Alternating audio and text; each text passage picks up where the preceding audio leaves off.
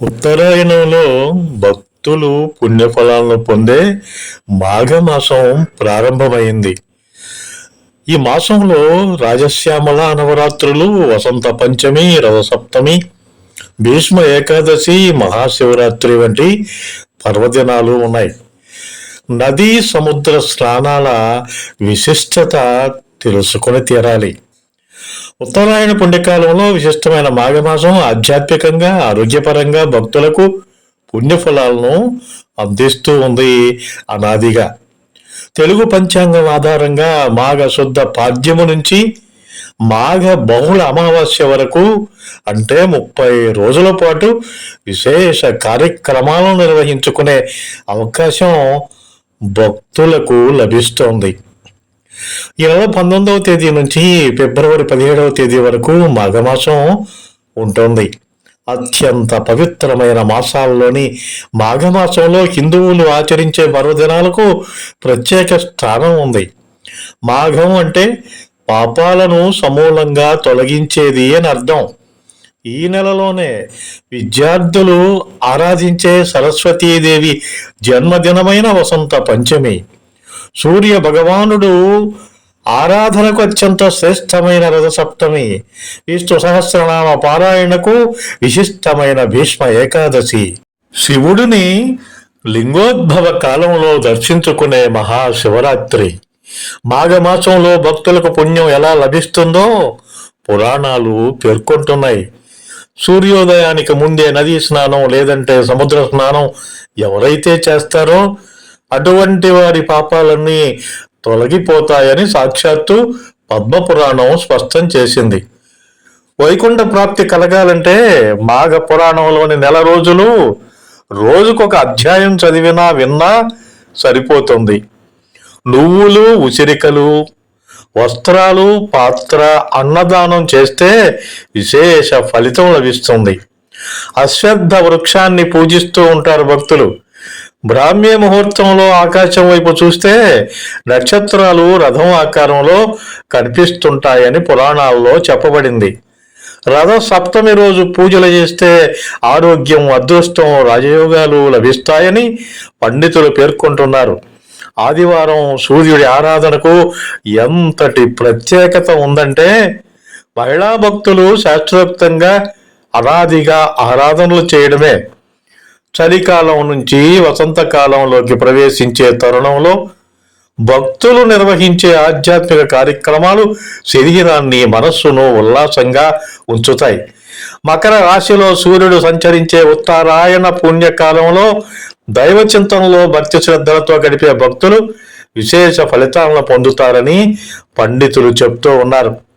రథసప్తమి సందర్భంగా సూర్య భగవానుడు 7 అశ్వాలు కలిగిన రథంపై ప్రయాణిస్తూ భక్తులను కరుణిస్తాడనే విశ్వాసం ఆది నుంచి వస్తోంది. 7 జిల్లేడు ఆకులను శరీరంపై ఉంచి స్నానం చేసి సూర్యుడికి ఎదురుగా పొంగలి వండి చిక్కుడుకాయలతో రథాన్ని తయారు చేసి నివేదన చేస్తూ ఉంటారు భక్తులు. జిల్లేడు ఆకుల్లో ఔషధ గుణాలు ఉన్నాయి. సూర్యకాంతిలో ఈ కార్యక్రమం నిర్వహిస్తారు కాబట్టి శరీరానికి అవసరమైన డి విటమిన్ సహజ సిద్ధంగానే లభిస్తూ ఉంటుంది. ఇలాంటి పూజ వలన చర్మ సంబంధిత సమస్యలు తలెత్తవని పండితులు చెప్తూ ఉన్నారు. భక్తి, కర్మ, ధర్మాలను తెలిపే మాఘ పురాణ కథలు వింటే మాఘమాస వైశిష్ట్యంతో పాటు పుణ్యం పొందే మార్గం ఏర్పడుతుందనేది భక్తుల ప్రగాఢ విశ్వాసం. విష్ణుమూర్తికి ప్రీతికరమైన మాఘమాసమైనందున సత్యనారాయణ స్వామి పూజలు కూడా భక్తులు చేస్తుంటారు. మౌని అమావాస్య రోజున చేసే స్నానాలు, పూజలు, ఉపవాసాలకు ప్రత్యేకత ఉంది. మాఘమాసంలో నదీ స్నానం, నారాయణుని పూజ, దానాలు చేస్తే 1,000,000 క్రతువులు చేసినంత ఫలితం లభించడంతో పాటు సమస్త పాపాలు తొలగిపోతాయని బ్రహ్మపురాణం స్పష్టం చేసింది.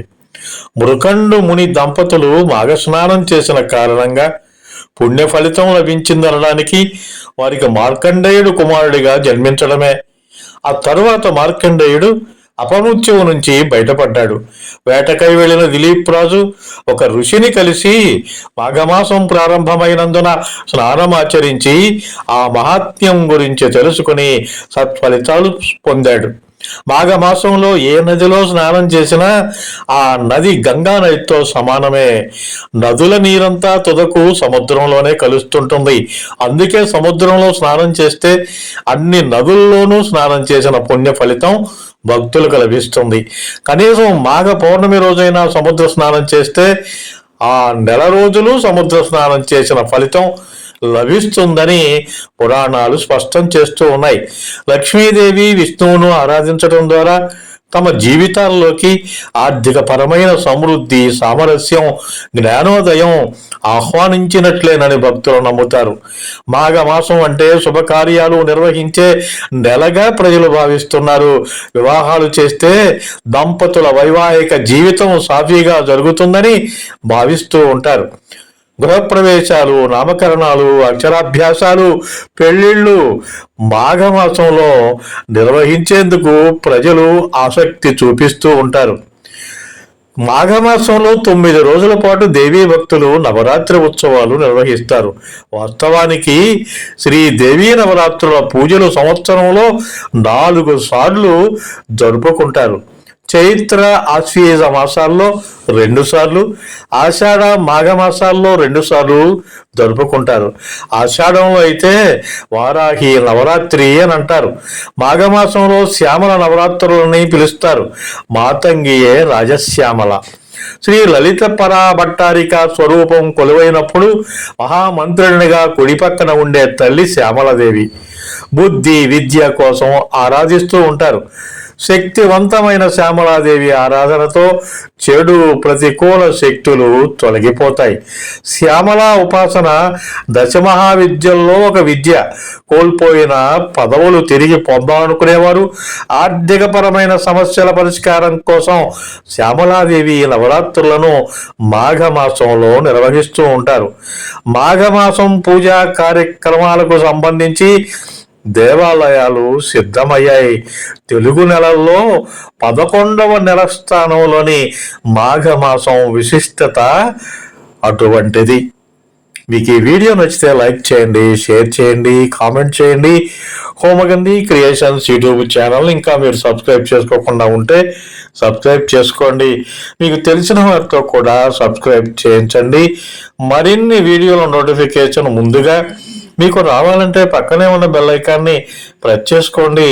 ఆల్ ఆప్షన్ని యాక్టివేట్ చేసుకోండి.